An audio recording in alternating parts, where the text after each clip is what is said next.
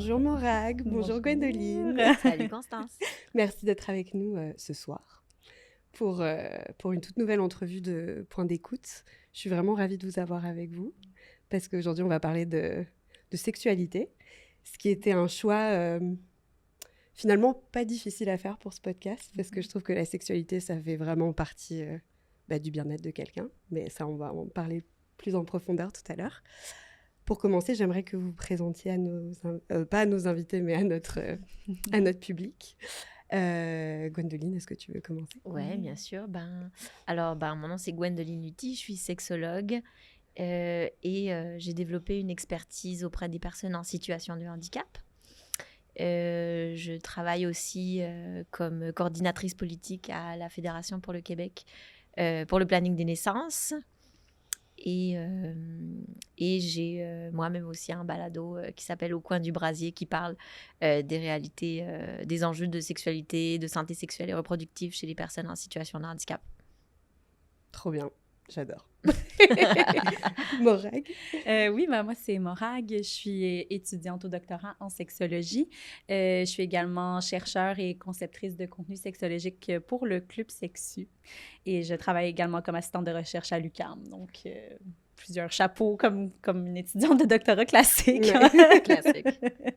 Super. Alors, on va rentrer dans le vif du sujet. Peut-être une définition, je ne sais pas si on a vraiment une ou si elle sera trop longue, mais est-ce que vous pourriez un peu me décrire qu'est-ce que c'est la sexualité quand on parle de sexualité et justement quel chapeau est-ce que ce terme comprend C'est vraiment large comme question, donc on va... Je te dirais c'est tellement large que je pense que tu pourrais demander à 10 personnes et 10 personnes vont te donner une définition différente de ce que c'est la sexualité. C'est vrai. Ouais, totalement. On dirait que moi, je commence toujours par le définir un peu comme ça appartient à tout le monde. Non? J'ai l'impression que c'est quelque chose que tout le monde vit à sa façon, cependant. Fait que c'est très, très, très unique. Même une personne qui n'a pas de sexualité va en fait ajuster sa sexualité en fonction des normes de la société. Donc, ça varie beaucoup. C'est multidimensionnel. C'est autant une expérience corporelle, émotive, relationnelle, sociétale. Même avec notre genre, tout ça, c'est une expérience, c'est ça, individuelle, même une quête spirituelle aussi pour certaines personnes. Donc, ça peut... En fait, il y a peut-être moins de choses qui sont hors de la sexualité qu'il y a des choses qui sont dans la sexualité, j'ai envie de dire. Là, c'est super vaste. Là. J'adore. Ouais. J'aime bien cette description. Il y a plus de sexualité que pas, genre. Je veux dire, j'ai pas les stats, mais je serais prête à parier quand même. Ouais, probablement. Ouais. Et donc, quand on parle de bien-être sexuel, comment est-ce que le bien-être sexuel fait partie intégrante du bien-être en général? Je vais commencer les éléments de réponse, puis tu compléteras avec ton expérience clinique quand même plus élaborée que la mienne. Mais c'est sûr que quand on parle de bien-être sexuel, encore une fois, c'est immanquable de ramener un peu à la personne. Donc, c'est important que ça soit un bien-être qui est basé sur comment la personne se sent donc dans sa sexualité. Ça parle bien entendu d'aisance, ça parle d'aisance à explorer, mais également à faire des erreurs. Ça parle d'aisance également à peut-être le vivre avec d'autres personnes ou pas. Et c'est quelque chose qui est très, très, très intime, qui est très, très propre à soi. Donc, c'est essentiel, je pense, d'avoir une relation au minimum harmonieuse avec soi pour notre bien-être plutôt global. Du moins, c'est à ça qu'on devrait peut-être travailler. J'oserais pas dire il faut absolument être bien dans sa sexualité pour être bien en général, mais c'est intrinsèquement lié à comment je me sens bien comme individu et donc dans ma vie. Je sais pas si tu veux rajouter quelque chose de... Ouais, je pense que peut-être que j'ajouterais aussi que quand on parle de bien-être, on peut parler... tu sais, t'as mentionné, Morag, tantôt, le bien-être... en fait, que la sexualité, il y a une dimension spirituelle, il y a une dimension physique, puis le bien-être, ça va aussi avec ça. Le bien-être physique, le bien-être en santé mentale, etc. Puis, je parle souvent, en fait... en lien avec les personnes en situation de handicap, de la pyramide de Maslow, où à la base de la pyramide, on retrouve les besoins de base, comme manger, dormir, puis toutes ces choses-là, en fait, qui sont importantes, mais la sexualité, c'est aussi à la base un besoin de bien-être à combler, en fait. Est-ce que tu dirais, justement, dans cette pyramide-là, quelle est la présence de sexualité est comme à la Elle est à la base. Au début, c'est vraiment elle est à la base. C'est même... comme un élément de survie, genre. C'est au même niveau que le sommeil, que manger, que dormir. Dormir, j'ai déjà dit, mais c'est ça, que aller aux toilettes, etc. Ouais. Et est-ce que là-dedans, il y a un peu comme un... Parce que quand on parle de sexualité dans sa globalité, il y a aussi la reproduction. Est-ce que tu fais une séparation entre ces deux choses-là? Pour moi, la reproduction, elle est... Je sais pas comment aborder ça parce que j'ai l'impression que c'est un construit de la société de parler de reproduction parce que la sexualité, ça n'a pas toujours été sexualité égale reproduction. Ouais. Ça n'a pas toujours été le cas. Et aujourd'hui, ça l'est de moins en moins. On n'a pas besoin on a plus besoin, entre guillemets, de peupler le Québec, hein, puisqu'on parle ici du Québec. La sexualité, elle a plus comme fonction de la recherche de plaisir, la recherche d'intimité, la recherche de connexion avec soi et avec l'autre ou avec d'autres au pluriel, en fait, je dirais. Ouais, je partage vraiment l'avis de Gwendoline. En fait, je pense que la reproduction, c'est comme une infime partie, en fait, de l'expérience qui est la sexualité qu'on peut vivre. C'est une partie très fonctionnelle de la sexualité, mais même aujourd'hui, on peut se reproduire sans sexualité. Là. Absolument. Donc, c'est un des facteurs, mais je suis très d'accord avec toi que la sexualité, c'est beaucoup plus que ça. Puis même en termes, si on revient justement à ses fonctions, à ses besoins primaires, même si on ramène tout ça à l'état un peu animal, on voit que ça remplit des rôles de liens sociaux, ça remplit des rôles même pour soi, d'apaisement, anti-stress, de plaisir, de confort avec son corps ou d'inconfort, mais ça remplit plein d'autres rôles finalement primaires autres que la reproduction. Donc, on peut vraiment pas s'y limiter, là, totalement. Ouais, exactement. Quand on parle, tu as mentionné le confort avec le corps. Le spa, c'est un endroit qui peut être extrêmement intimidant pour certaines personnes par rapport à leur image corporelle. Et donc, je me demandais en quoi est-ce que l'importance d'inclure un safe space dans la vie des gens, donc un espace, je ne sais même pas c'est quoi là. L'espace sécuritaire. Sécuritaire. Donc, un espace, peut-être que vous serez mieux à même de l'expliquer ce que c'est là, mais en quoi est-ce qu'un safe space est important pour le bien-être sexuel de quelqu'un, mais aussi l'estime de soi? Si tu me permets... Vas-y. Je pense que c'est important de se souvenir que la sexualité, c'est un moment où on est au summum de la vulnérabilité. C'est-à-dire que même au niveau... pour que le plaisir soit... pour pouvoir atteindre du plaisir, en fait, il y a des fonctions en fait, biologiques dans le cerveau et dans le corps, en fait, en général. J'essaie de vulgariser ça de la manière la plus simple possible. Tu le fais bien, tu le fais. Ouais. En fait, il y a une espèce de... Pour avoir du plaisir, il faut se sentir à l'aise avec l'autre personne, ou avec plusieurs personnes, ou avec soi-même. Si on a justement ça peut être par exemple un sentiment de honte ou un sentiment de peur ou de ne pas se sentir en sécurité, ça peut justement être un obstacle à un épanouissement sexuel, par exemple. Après, ça ne veut pas dire qu'il faut absolument se sentir à 100% bien et à 100% apaisé, etc. pour avoir de la sexualité. La sexualité peut aussi apporter de l'apaisement, hein, comme tu l'as dit tantôt. Oui, totalement. Donc, je pense que ça fait déjà un petit élément. Oui, 100%. Ben, je vais faire du bon là-dessus. En fait, je pense qu'en fait, aussi... ce qu'on réalise pas, c'est que... pas qu'on réalise pas, mais je pense que ce qui est pas souvent assez nommé, c'est qu'on a tellement ritualisé la sexualité. C'est vraiment un rituel de séduction. Il y a plein de normes, on a plein de comportements on fait juste imaginer une relation sexuelle et on a tout de suite des codes très communs de comment ça doit se passer. Des attentes, Oui, c'est ça, des attentes. Puis ça doit venir aussi avec un certain seuil de performance, tu sais.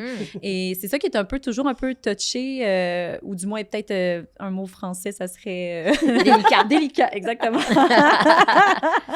Quand on parle justement de ce bien-être sexuel, de comme un peu cet épanouissement sexuel, finalement, c'est que ça peut parfois mettre une certaine pression à avoir une sexualité vraiment épanouissante. Mais notre image d'une sexualité épanouissante, finalement, est peut-être loin de ce qu'elle devrait être, c'est-à-dire comme quelque chose qui nous convient à nous, puis qui nous fait du bien à nous, bien entendu, dans l'accord avec de l'autre personne, s'il y a une autre personne ou d'autres personnes qui est impliquée. Mais souvent, on a plus en tête certains mouvements, une chorégraphie, une fréquence, tout ça. Il y a comme finalement des seuils qui nous parlent d'une sexualité épanouissante. Mais comme je trouve que tu l'as super bien dit, en fait, c'est que la sexualité, c'est vraiment l'intime de l'intime. On est super vulnérable. C'est ça qui fait que ça en fait une expérience, je crois, sensorielle et émotionnelle très intense. Mais ce qui fait aussi que c'est difficile d'être dans le laisser-aller, justement à cause de tous ces facteurs de performance et de pression, finalement.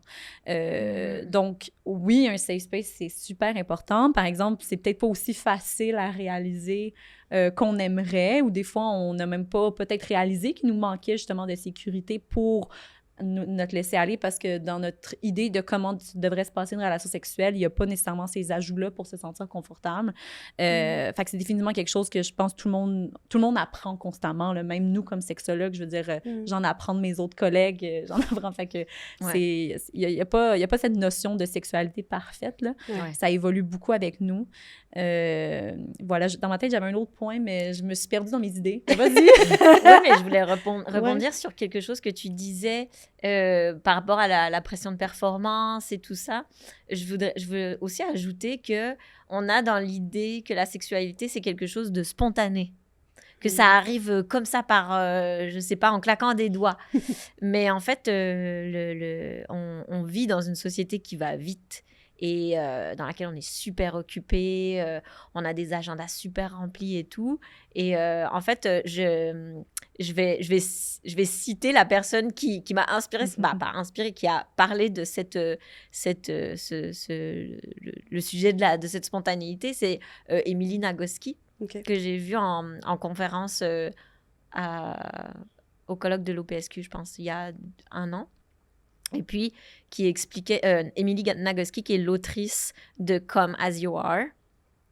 Et en fait, jeu de mots. Ouais, c'est fait pour. Qui expliquait en fait que la spontanéité dans la sexualité, c'était quelque chose de compliqué à créer, en fait. Et justement, ça prend aussi des fois de comme déconstruire certaines choses, certaines pensées, en se disant, ça peut pas toujours être spontané. Des fois, il faut comme prévoir du temps. Comme l'inscrire à notre agenda, de dire, oui, OK, telle soirée ou telle journée, on va prendre du temps pour être ensemble, pour avoir un moment intime, il n'y a pas besoin de forcément de dire, on va avoir une relation sexuelle et on va faire ça. Mais ouais, ça fait partie de cette déconstruction-là, je pense. Oui, totalement, parce que je pense aussi, si on revient aussi au fait de vouloir construire un espace sécuritaire, des fois, ça nous demande de le construire de manière plus active que de juste laisser aller les choses, parce qu'en effet, si on est toujours en train de courir après notre horaire, après les enfants, après l'épicerie, là, je nomme toutes les activités d'un couple stéréotypé, mais bref, quand même, pour dire que c'est vrai que des fois, l'espace, il faut un peu le mettre, parce que si ça nous demande un peu de vulnérabilité, de laisser aller, c'est un peu mission impossible de se dire je vais rentrer chez moi et je vais voir mes partenaires et tout de suite, ça va comme un claquement des doigts. Ouais. Je vais me sentir relaxée, détendue et prête à être fougueuse. C'est pas du tout le cas, tu sais. Fait qu'en effet, des fois, ça demande un peu cet ajout-là, finalement. Puis je suis pas en train de dire que le Bota Bota est un safe space pour faire des pratiques sexuelles. Mais on est un safe space, pareil. Est-ce qu'il y a d'autres obstacles, justement, vous en avez énuméré quelques-uns, là, mais des obstacles au bien-être sexuel auxquels les gens font face? Et est-ce qu'il y a des moyens d'y remédier à ces obstacles? Oh, il y en a, oui. La liste est longue. C'est ça dépend par où on commence. Ouais, on va faire un podcast de 24 heures. Découper ça en thématique. Oui. Mais tu sais, c'est sûr que si on évoque un peu plus, si on fait des liens un peu plus avec l'expérience peut-être spa, tu as nommé la notion d'estime de soi, peut-être même l'aisance même avec son corps, au fait de dévoiler son corps, au fait peut-être même de se voir. C'est sûr que dans cette grande sphère de l'estime corporelle, il y a énormément de blocages qui peuvent survenir. De un, à cause des standards de beauté qui sont souvent irréalistes. Complètement irréalistes. Vraiment. Puis le fait aussi qu'on n'ait peut-être pas la chance d'avoir des représentations de corps justement diversifiés ou de corps qui me ressemblent, qui sont dans une scène sexualisée que je peux trouver désirable. Donc ça m'amène peut-être des difficultés à moi me sentir désirable. Tu sais, on parlait un peu, encore une fois, cette danse, cette difficulté à être dans la spontanéité, dans le laisser aller, dans le confort et dans la zénitude finalement qu'on souhaiterait à tout le monde pour une relation sexuelle, qui n'arrive pas si je suis en train de me demander, si je me plie de cette façon-là, de quoi j'ai l'air, ou est-ce que peut-être je ressens des douleurs, ou est-ce que j'ai vécu un événement dans ma vie qui a changé le fonctionnement de mon corps. Donc, ça peut vraiment, même au niveau des fois de la fonctionnalité, ça atteint mon estime ou ça atteint même ma capacité à faire certaines positions, certains mouvements, ce qui fait que ma tête n'est pas 100% dans l'expérience du plaisir et la découverte. Je suis plus occupée à me demander est-ce que je vais pouvoir me placer comme si ça fait mal? Est-ce que je vais pouvoir tenir le coup? Il va falloir que j'arrête. Comment est-ce que je le dis à ma partenaire ou si je suis capable, etc. Fait qu'il y a énormément de choses qui peuvent venir entraver, en effet. D'où l'importance, encore une fois, de maximiser un espace sécuritaire où est-ce que, justement, si j'ai mal, je peux dire « Oh, attends, je vais peut-être relever ma jambe, on va peut-être prendre une pause. Mais là, on accepte également d'avoir une relation sexuelle qui est beaucoup plus de l'ordre de la relation, justement, de l'échange, que de cette espèce de ces ébats spontanés qu'on croit qu'on doit avoir à tout prix. En fait, oui, exactement. Et c'est vraiment synonyme de vigueur, de désir fort et de impossible, finalement. Mais c'est ça. Voilà la réponse. Oui, ben oui. Puis là, on s'en va dans un stéréotype très hétérocentré, très pénétratif, etc. Où là, justement, on pourrait aussi, tu sais, comme travailler à déconstruire ça, à comme dire, bah non, la sexualité, c'est pas juste de la pénétration, c'est pas seulement... voilà, comme un espèce de séquence de mouvements. Quelque chose de très binaire, finalement. Oui, voilà. Moi, je dis souvent qu'on présente ça comme si c'était un menu 3 services. Ouais. C'est comme c'est absolument une entrée, un plat et un dessert. Je suis jamais allée au resto de la même place. C'est pas ça. Mais on présente souvent ça comme ça. Exactement. C'est un buffet. Voilà. Oui. Servez-vous. Oui. Puis varié. Puis tout Exact. à coup, aujourd'hui, il me semble que j'ai plus à la table de salade parce que je me sens ballonnée. Mais exact. C'est plus des plats. Puis je choisis aujourd'hui ce que j'ai envie de faire. Ouais. En fonction de aussi comment je me sens. Tu l'as bien dit, c'est quand même... mais ça, c'est un idéal qu'on souhaite à tout le monde. Mais... Oui. Mais ça prend de comme faire le travail de déconstruction et d'analyse, en fait, de se dire, ah oui, ben attends, tout ce que je vois dans les médias, tout ce que je vois dans le cinéma, dans les séries, etc., c'est une certaine forme de sexualité, comme on a dit, tu l'as très bien dit, la entrée plat dessert. C'est sûr que je vais... ça va rester. S'il y a une chose qu'il faut se souvenir de cette c'est pas entrée plat dessert, OK. On peut aller dans quelque chose de plus élaboré, on peut aller dans quelque chose de super simple. Donc, ça... Oui. Puis puis je veux juste faire du pouce un peu parce que ça me fait penser, mais je trouve que souvent ce qu'on essaye de proposer ou du moins de contre-argumenter avec ça, c'est de ramener un peu à l'essentiel. Puis des fois, je pense les gens souvent se rendent compte qu'on oublie de faire ça, mais c'est de demander qu'est-ce que j'aime, qu'est-ce qui me fait plaisir, dans mon activité en fait sexuelle, quelles sont les séquences, est-ce que j'aime ça ou pas? Tu sais, c'est vraiment de se poser la question, est-ce que j'aime ça quand c'est fait comme ça? Est-ce que je prends le temps aussi de peut-être communiquer avec mes partenaires? Ce que j'aime moins. Est-ce que des fois, ça me fait plaisir peut-être de faire ça simplement parce que je sais que, par exemple, ma partenaire devant moi, ça la fait triper. Donc, moi, ça me procure du désir. Donc, c'est un peu justement, comme tu dis, de prendre le temps de décortiquer, mais vraiment comme en profondeur, en fait, ce que j'aime moins. Est-ce que ça me fait plaisir de recevoir, de donner? Est-ce qu'il y a des moments que je me sens moins confortable? Ça m'empêche d'avoir du plaisir? Est-ce que je pourrais faire quelque chose pour changer, par exemple? N'importe quoi, mais il y en a qui aiment bien tamiser les lumières, il y en a qui aiment bien avoir de la musique pour se sentir un peu plus dans l'évasion. Il y en a qui aiment plus être dans une position active, à donner, plus à recevoir. Donc, tu sais, ça peut tellement être fait sur mesure, mais on oublie ça, puis c'est un peu...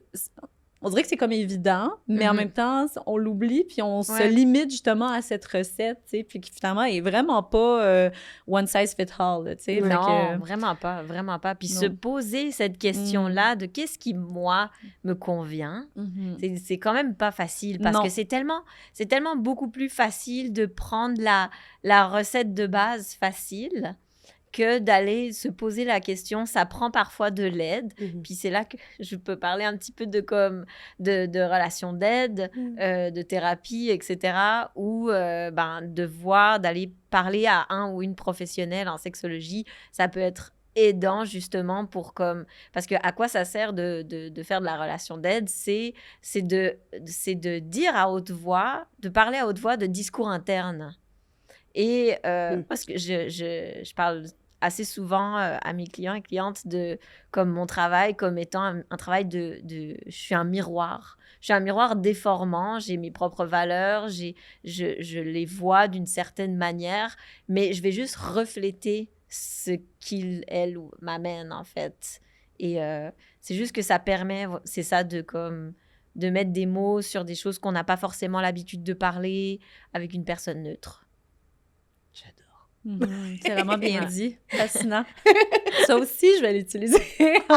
Plein d'échanges. Excellent. Mais c'est fou parce que la façon, surtout dont on parlait, Morag, c'est qu'on dirait... Enfin, de t'entendre le dire, ça m'a fait réaliser à quel point on sait qu'on est en autopilote pas mal tout le temps dans notre vie, là, dans littéralement tout. Quand on conduit, on est en autopilote, quand on travaille. Et donc dans la sexualité aussi, alors que quand on en parle, c'est supposé être le fun. Et donc d'être en autopilote dans quelque chose qui est supposé être un amusement plus qu'autre chose, c'est quand même étonnant. Oui, donc, vraiment, mais puis c'est pour ça aussi, je pense que c'est important puis je trouve ça vraiment cool que tu mentionnes en fait l'aide qu'on peut recevoir, parce que c'est vrai que c'est pas évident de prendre le temps de se mettre un peu en position, de regarder qu'est-ce que je fais, qu'est-ce que j'aime moins. C'est vraiment difficile de le faire, puis ça peut être encore plus difficile dans une situation où est-ce que on se sent justement très vulnérable, ou peut-être on est avec quelqu'un de nouveau, ou qu'on n'a pas nécessairement un lien de confiance, ou à quelqu'un à qui on veut vraiment plaire finalement, hein, parce que c'est ça qui est un peu particulier avec la sexualité, c'est que c'est super vulnérabilisant pour toutes les personnes impliquées si c'est plus qu'une personne, mais c'est souvent devant une personne envers qui on veut vraiment faire bonne figure, c'est super ingrat comme situation. C'est les pires ingrédients. Mais vraiment, c'est comme super contre-intuitif. Puis pour plusieurs personnes, je pense que de tomber dans le pilote automatique, ça vient prévenir aussi, parce que des fois, mettons, c'est facile de dire aux gens, un peu comme avec, j'imagine, au spa ou la méditation, peut-être que vous devez vous le faire dire, mais c'est vraiment difficile d'être dans le moment présent, 100%, de faire de la méditation, etc. Absolument. Donc, ancrer son corps, c'est vraiment vaste ce que ça peut être, puis c'est difficile pour le 3/4 des mortels, je suis sûre. Ah oui. Mais pour finalement être présent, dans le moment présent, dans son corps, pendant une activité sexuelle avec quelqu'un d'autre, c'est très, très, très difficile, mine de rien. Parce que si je suis là, ce que je vais commencer à regarder, c'est pas ce que je ressens, mais bien, justement, de quoi j'ai l'air, comment je performe, de quoi l'autre a l'air, tout ça. Donc, cette espèce de pilote automatique est aussi parfois un moyen, finalement, d'évasion, un peu pour permettre, finalement, un laisser-aller, qui laisse pas vraiment beaucoup de laisser-aller, mais que c'est quand même une tentative, finalement, d'apprécier, c'est ça, puis de pas paniquer, là, finalement. Fait que on revient un peu à cet espace sécuritaire, mais ça se crée vraiment à partir de soi, mais ça se crée également, je pense, en rapport avec l'autre, puis aussi, c'est plate, mais avec la pratique aussi. Ça se fait pas du premier coup, mais ça demande quand même, tu sais, un bon contexte. Puis je dis ça aussi pour rassurer les gens, parce que j'aime vraiment pas qu'on tombe dans des... pas qu'on faisait ça maintenant, mais dans le sens que j'aime toujours le rappeler, parce que c'est vrai que c'est pas facile à faire. C'est des beaux principes, on espère que tout le monde est capable, mais c'est pas vraiment facile de dire je vais arrêter, je vais sentir mes sensations, je vais fermer les yeux, je vais juste me laisser aller avec mon corps et me foutre de quoi j'ai l'air. Non, non, c'est pas tout le monde qui fait ça. Là. C'est correct, mais ça s'apprend. Puis idéalement, on va vers là. Mais idéalement, pas obligatoirement. Ouais. J'aime vraiment la métaphore avec la méditation et Mais c'est un peu similaire, non? Ouais. Non, c'est pareil. Oui, mais il y a aussi des pratiques. Ben, la pleine conscience peut être un outil aussi, hein, en sexothérapie, en relation d'aide. OK. Est-ce qu'il y a un truc aussi avec, je sais pas si c'est un peu pousser le bouchon loin, là, mais genre comme de l'hypnose ou comme se mettre dans des situations mentales extrêmement... Oui, il y a définitivement des experts qui utilisent l'hypnose. Je suis vraiment pas familière avec cette technique. Moi non plus. Je pense pas que c'est très aussi populaire en sexo au Québec. Je pense que c'est pas super légiféré. Je pense pas. Non. Tu vois, on se perd un peu, mais oui, ça définitivement. Puis tu sais, justement, en pleine conscience, puis on en reparle, mais en effet, c'est souvent des exercices, puis c'est quelque chose qui est fait avec un professionnel parce que c'est difficile, un ou une professionnelle, parce que c'est difficile de le faire par soi-même, tu sais. Fait que ça peut être aussi, tu sais, on parlait d'aide, de comment s'aider ou des moyens, mais je pense que des fois, aller chercher de l'aide pour pas se retrouver un peu dans cette espèce de tourbillon d'émotions seule, ça peut être une bonne idée. Mais ça prend aussi de se rendre vulnérable, oui, d'aller chercher de l'aide. Aussi. Et je pense que c'est une grande... c'est faire preuve de beaucoup de courage, de dire, ben là, je pense que j'ai atteint ma limite de ce que je peux faire avec mes propres connaissances et j'ai besoin d'aide extérieure. Donc, ouais. Il y a beaucoup de... à chaque fois quand vous parlez, j'ai cette image du serpent qui se mord la queue. Ouais. C'est comme c'est tout le temps ce truc de... J'atteins une limite, il faut que j'aille chercher de l'aide. J'atteins une limite. Je sais pas. En tout cas, bref, c'était... Oui, mais totalement, ouais. C'est une question que j'avais, puis à l'origine, je voulais pas la poser parce que je trouvais que c'était pas... Elle était pas très nécessaire dans cette conversation, mais finalement, je vais quand même la poser. Par rapport aux applications de rencontres, on part un peu hors champ, là, mais est-ce que vous pensez, selon vous, que les applications de rencontres, puis ces rencontres qui sont très faciles, finalement, maintenant, et qui amènent souvent à des actes sexuels ou quoi que ce soit, est-ce que vous avez l'impression que ça facilite ce concept de safe space, parce qu'on peut comme un peu choisir la personne comme on veut, qui on veut, même si finalement, c'est un peu comme jouer au loto, là, genre on sait pas vraiment sur qui on va tomber, mais je sais pas, peut-être que ma question est pas très bien construite, mais je pensais à ça. Ben, tu sais, vite de même, je dirais, c'est pas facile. Tu sais, de ce que j'observe, c'est pas facile d'être sur les applications de rencontres. C'est comme, là aussi, c'est comme se vulnérabiliser, se rendre vulnérable auprès de personnes qu'on ne connaît absolument pas pour essayer de les connaître dans le but éventuellement de construire une relation avec cette personne-là, puis peu importe le type de relation, que ça soit pour une nuit, pour 2 semaines, pour 6 ans. Mais ça veut dire que ça peut prendre beaucoup d'essais à trouver cette personne et ça peut devenir épuisant pour certaines. De toujours se rendre vulnérable et d'être déçu ou d'être... voilà, des choses comme ça. Ouais, c'est... moi, je vois beaucoup les applications rencontres. C'est un peu comme, tu sais, on prend une médaille où est-ce qu'il y a 2 côtés. Puis je trouve que c'est tout le temps ça parce qu'il y a autant, selon moi, de potentiel que de limites, là. C'est sûr que maintenant, de plus en plus, voire peut-être la majorité, surtout, je pense, en contexte québécois, où est-ce que les gens rencontrent en ligne, ça nous donne, bien entendu, accès à beaucoup de partenaires. Ceci étant dit... c'est ça, un peu comme tu le nommais, il peut y avoir un certain épuisement à force d'avoir beaucoup de profils devant nous. Également, on peut s'essayer à plusieurs reprises. Ça va revenir un peu à l'aisance de la personne, hein, parce qu'une personne, justement, peut-être qui va éprouver plus de facilité à avoir des relations sexuelles, en fait, ça va l'avoir démocratisé, donc va peut-être avoir moins de difficultés à aller chercher des relations sexuelles en ligne versus que de peut-être avant devoir passer par des réseaux d'amis ou devoir peut-être passer par des réseaux professionnels. Ça peut amener à une plus grande facilité, donc à une plus grande satisfaction. Mais à la fin, si on est en train justement de chercher quelqu'un ou que à la fin, une relation sexuelle demeure un espace où est-ce qu'on veut performer, je dirais que les enjeux vont rester les mêmes. Ouais. Donc, on va quand même vouloir plaire, on va quand même vouloir peut-être que ça aille plus loin, on va peut-être vouloir que ça dépasse la relation sexuelle. Et on le voit aussi qu'un des enjeux avec les applications de rencontres, c'est que souvent, les gens ont peut-être des attentes différentes par rapport à l'autre et c'est pas toujours communiqué dès le départ. Puis c'est pas la faute nécessairement à personne, c'est juste qu'on assume toujours un peu que la personne veut quelque chose de similaire à nous jusqu'à ce qu'on ait des indices qui nous amènent à venir questionner le tout. Donc, une bonne façon, ça serait aussi de venir clarifier, nous, ce qu'on cherche et peut-être de venir clarifier rapidement avec la personne qu'on veut rencontrer qu'est-ce qu'elle cherche, voir s'il y a un match, sans dire que ça doit être exactement la même chose, mais est-ce qu'au moins, on s'est présenté les deux portraits et on est à l'aise avec ça.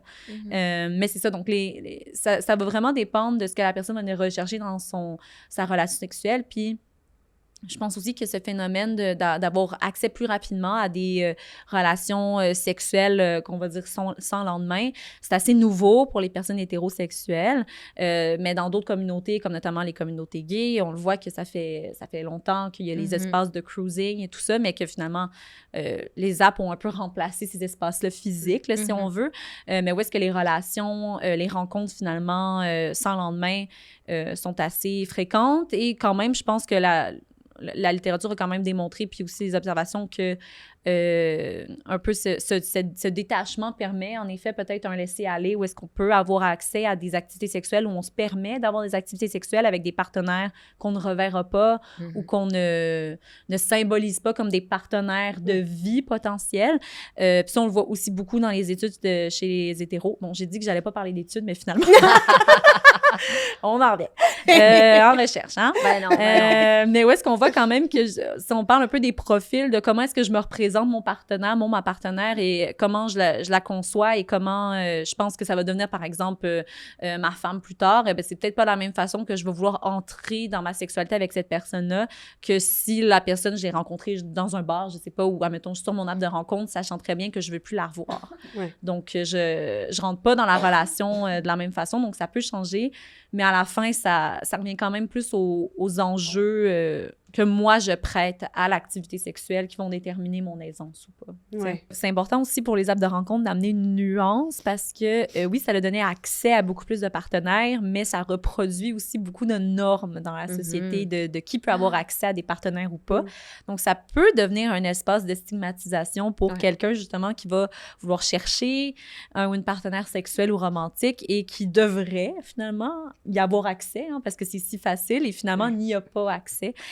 Donc, ça peut d'autant plus, finalement, envenimer notre sentiment d'incompétence, finalement, en termes de séduction et sexuelle, si on n'arrive pas, finalement, à scorer, en gros guillemets, alors qu'on est censé avoir tous les moyens pour.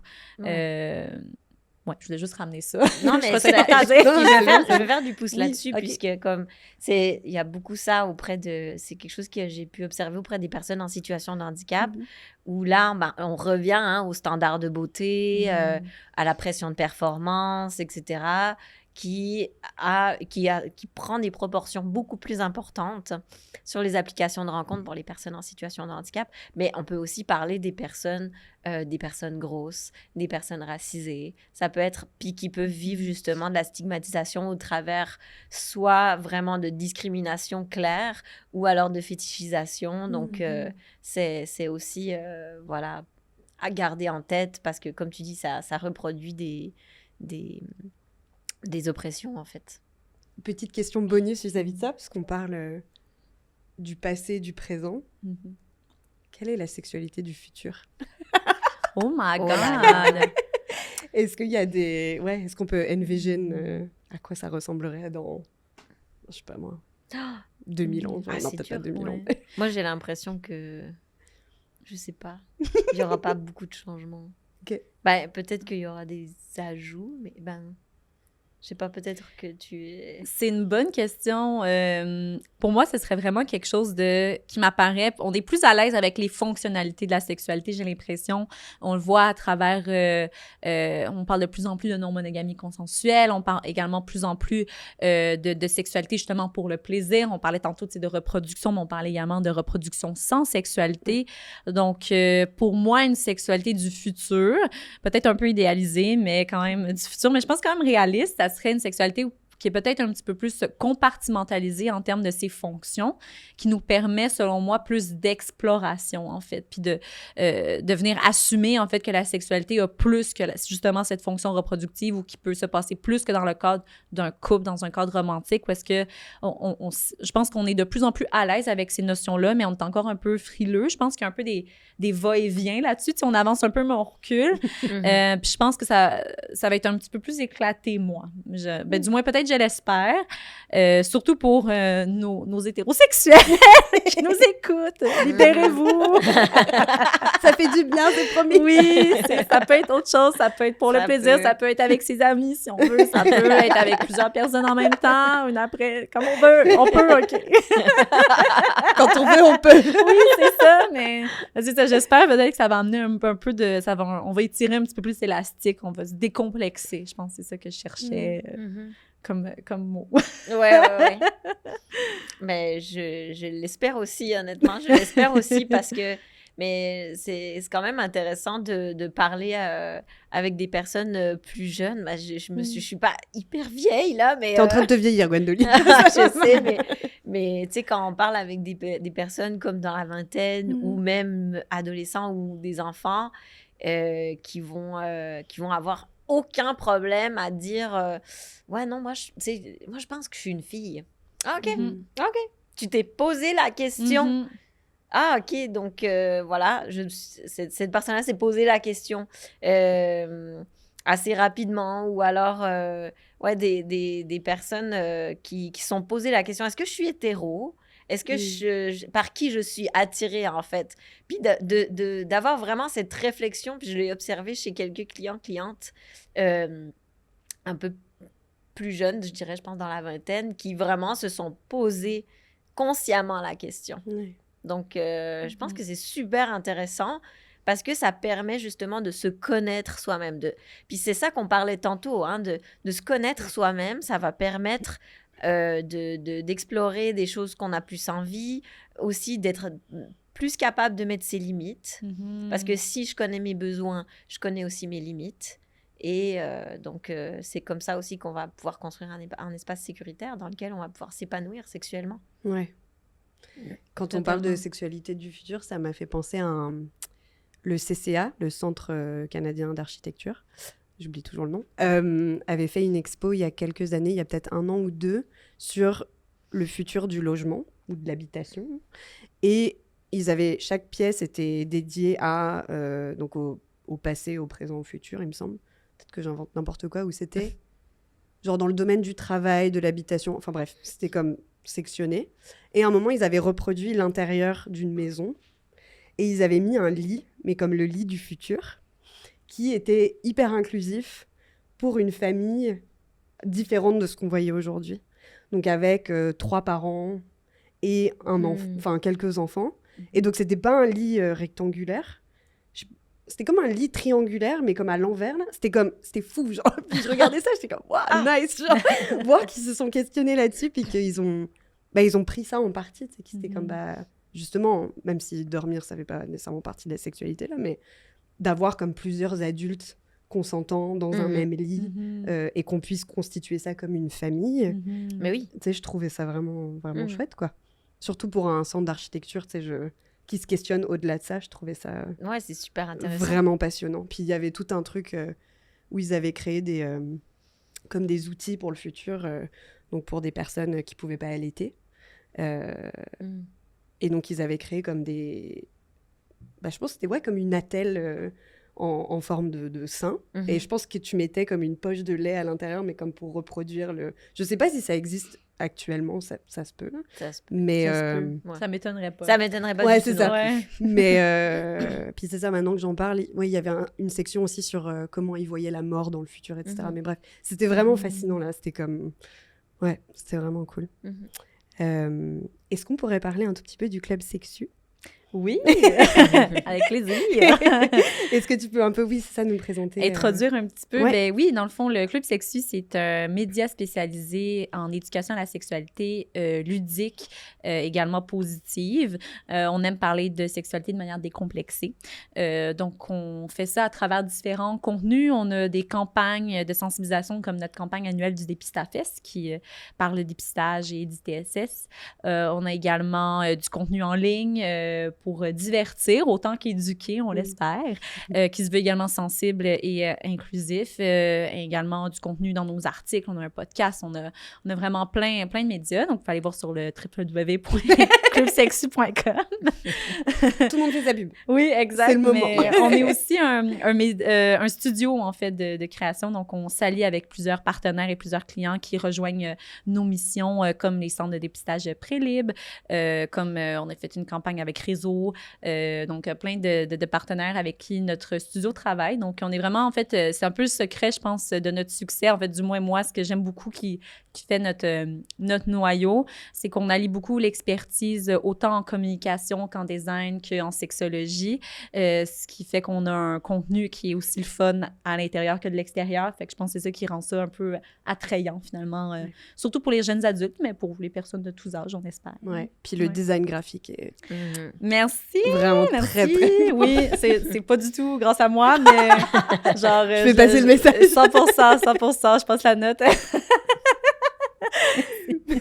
Puis pourquoi, enfin ça va un peu de soi là, mais pourquoi, selon toi, est-ce que c'est important que quelque chose comme le Club Sexu existe et soit accessible mon à Dieu, tous? oui. Bien, c'est sûr que nous, on a parti notre mission, ça vient surtout, en fait, d'apporter finalement une éducation à la sexualité, comme j'ai dit, qui est décomplexée, qui est sensible, qui est bienveillante aussi et inclusive pour notamment les jeunes adultes, parce qu'au Québec, c'est vraiment une génération qui a manqué finalement d'éducation à la sexualité, qui faisait pas partie des programmes scolaires et où est-ce qu'on a dû finalement s'éduquer comme on pouvait et malheureusement avec peu de contenu adapté pour la diversité des réalités qu'on rencontre. Donc, c'est vraiment venu, en fait, de cette initiative-là, de venir combler un manque. Et on s'est rendu compte rapidement, mais aussi grâce, je pense, au succès de nos contenus, que les gens non seulement en avaient besoin, mais avaient envie d'interagir.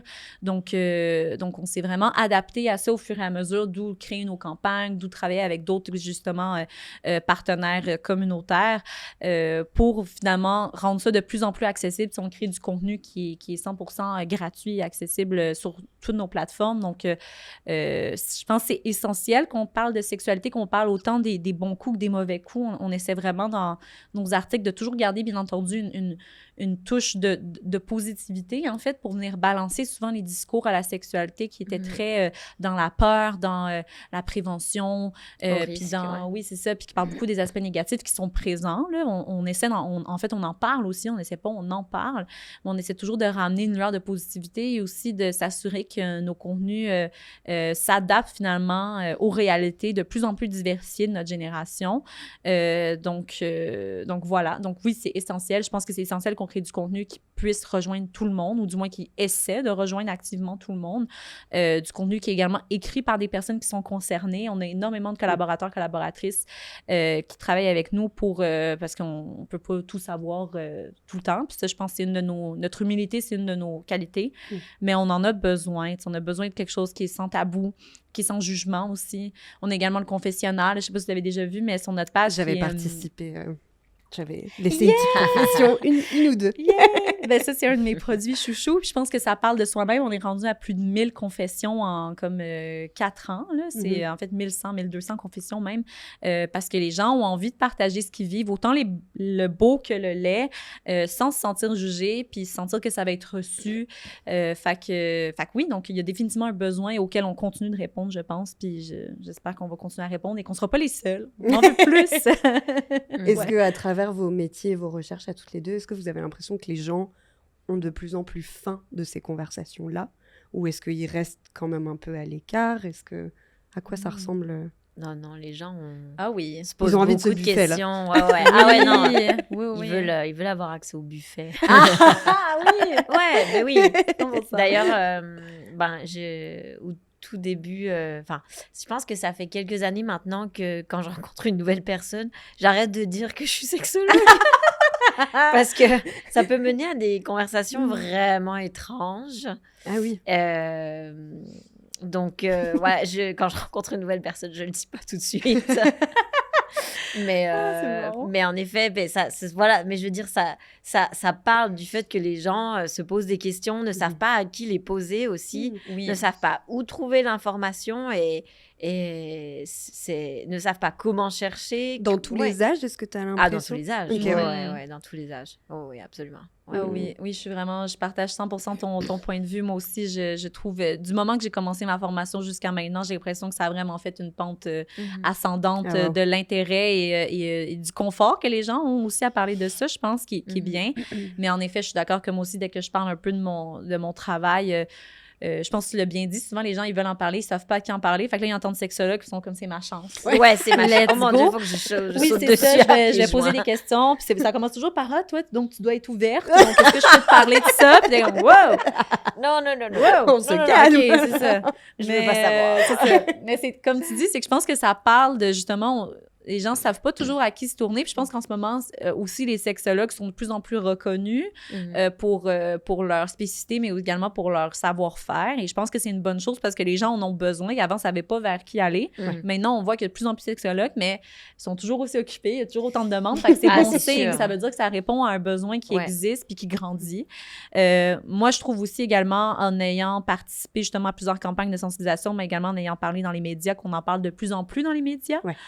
Donc, ça, je trouve que c'est aussi un signe que les gens veulent en entendre parler. Et non seulement on veut en entendre parler, mais on veut en entendre parler à heure de grande écoute. Oui, à heure de grande écoute et de manière positive. Pas juste en parlant du risque comme on en parlait tantôt. Exactement. Fait que ça, c'est super cool. Puis je pense qu'aussi, c'est en fait, ce que j'espère, c'est qu'on va continuer à en parler puis qu'on va également laisser aussi la place à des personnes qui sont justement formées ou qui veulent ou qui en parlent aussi de manière positive et de manière sensible pour que ça reste des discours qui sont nuancés comme ils devraient être nuancés, qui parlent des réalités comme ils devraient parler des réalités. Mais oui, je pense qu'on est dans une société où est-ce qu'on voyait beaucoup de sexe avant. Là, on en voit, mais on en parle beaucoup. Mais on en parle ensemble. C'est une discussion plus que juste parler de, je veux dire en gros guillemets, mais de cul, tu sais. On aborde plus. Puis même dans mon expérience avec d'autres sexologues, même les demandes aussi, ben, tu pourrais peut-être également partager, mais tu sais, les gens se posent justement beaucoup plus de questions sur qui je suis dans ma sexualité, comment je vis ma sexualité. Avant, c'était très au niveau des dysfonctions, au niveau de qu'est-ce qui va pas bien, comment est-ce que je peux régler ça, ou ma partenaire m'a dit que si, et maintenant il y a encore de ça, mais il y a aussi beaucoup de moi je veux explorer pour moi, ou moi je suis pas sûre que je suis sur mon X encore, donc puis ça c'est quand même nouveau, puis c'est de plus en plus présent, donc ça montre aussi que la conversation justement sur la sexualité a élargi juste à plus que juste la relation sexuelle ou que la fonctionnalité sexuelle. Voilà, que exactement comme tu dis, que la personne va se poser la question, va vraiment se dire « Ah, il me semble qu'il y a quelque chose qui ne va pas et j'ai besoin d'aide, j'ai besoin d'être orientée. » De me faire guider. De me faire guider, exactement. C'est chouette. Petite dernière question que je pose à tous mes invités. Selon vous, votre définition personnelle du bien-être, c'est quoi? Ou comment est-ce que vous exprimez le bien-être ou vivez le bien-être plutôt dans votre quotidien? Oh mon Dieu! Ce n'est pas une question piège. Non, c'est ça. Tu sais, la dernière question d'examen qui est comme une page. T'es comme un crap, j'avais pas vu celle-là. C'est la dernière page, verso. Ben, écoute, je vais me lancer. On dirait que je vais y aller avec ce que ça m'évoque. Hein? Ça va peut-être prendre 3 paragraphes, mais on va y arriver. On dirait que tout de suite, je pense à bien-être, je pense à un sentiment au moins d'apaisement, je pense, un sentiment de calme au minimum, un peu comme un océan tranquille, je dirais, qui est quand même dynamique. Mais je pense que le bien-être, c'est aussi d'être capable du mieux qu'on peut, en fait, quand il y a justement des événements, quand il y a de l'adversité, de faire face à l'adversité, de passer à travers des émotions négatives, de vivre les choses et de quand même être capable de se recentrer à soi. On dirait que je ça m'évoque ça, du moins. Donc, je dirais pas que c'est un état qui est statique. Je dirais pas que c'est juste je suis bien et je m'en fous, peu importe ce qui arrive. On peut vivre des émotions négatives, on peut vivre des stress, on peut se laisser déborder, mais on est capable, je pense, de revenir et de faire des choses qui nous font du bien ou du moins qui sont conséquents avec comment on sent qu'on est bien à l'habitude. Oui. Bravo. Ouais, OK.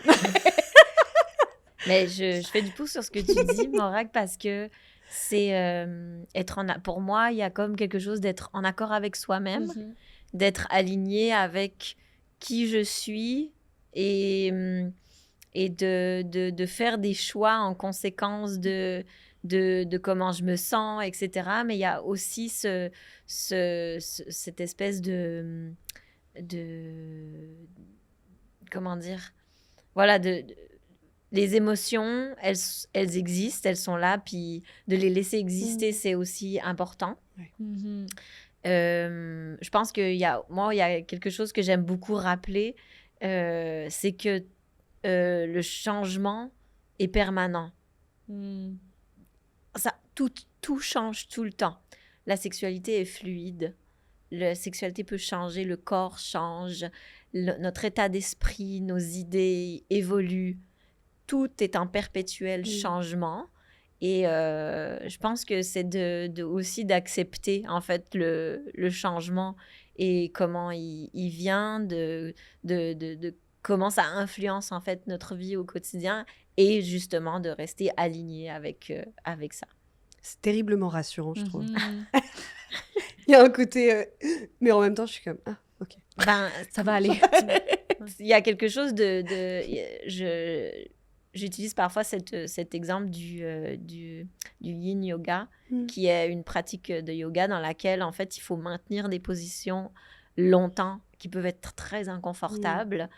Mais en fait, c'est toujours de se rappeler, en fait, cette pratique, ce que j'ai compris, j'en ai pas fait beaucoup, hein, mais je suis pas une experte, mais de ce que j'en ai compris, c'est vraiment comme d'accepter que comme ça va être inconfortable un petit moment, mais après, on va ressentir comme l'apaisement après et de garder en tête que rien n'est permanent. Je plug ça, mais c'est comme le bain froid au Bota Bota. Ah ouais, hein? Ça fait mal sur le coup, mais l'apaisement après... Voilà. Oh my God, voilà. C'est la folie. Ah oui. Wow, merci. Ça. Merci beaucoup. Est-ce que vous pouvez juste nous mentionner où est-ce qu'on peut vous trouver sur les réseaux sociaux, si vous avez le goût, bien sûr. Oui. Tu y vas? Oui, excusez. Donc oui, moi, je suis... j'ai un site internet qui est gwendolinluty.com. Je ne vais pas épeler tout mon nom parce que c'est vraiment long. J'espère que vous allez pouvoir mettre le lien. Il n'y en a pas beaucoup à Montréal, je pense qu'on va y arriver. C'est sûr. Je suis aussi sur Instagram, mais je ne poste jamais rien. Je suis trop nulle. Je m'excuse là, mais je suis trop nulle sur les réseaux sociaux. Mais voilà, sur mon site internet, on peut me contacter si jamais pour des conférences, des ateliers, etc. Parfait. Oui, puis moi, avant de me plugger, j'aimerais vraiment repluguer ton podcast qui, genre, moi, est un de mes podcasts vraiment chouchou puis brillant, vraiment. Là. Fait que, allez voir Au Coin du Brasier. Au Coin du Brasier sur les plateformes YouTube, Spotify, etc. Oui. Ouais, il est brillant. Mais oui, donc moi, en fait, on peut surtout me trouver sur le site du Club Sexu. Honnêtement, la plupart de mes activités professionnelles sont là, donc clubsexu.com.